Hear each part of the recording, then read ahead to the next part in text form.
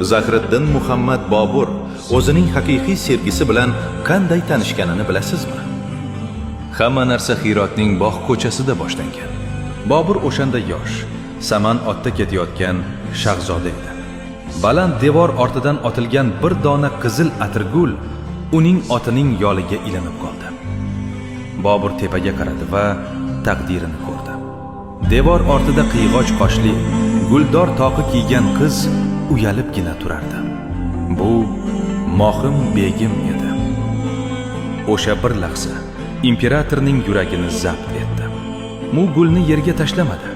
Uni avaylab olib hidladi va eng qimmatbaho javohirdek sallasining qatiga qistirib qo'ydi.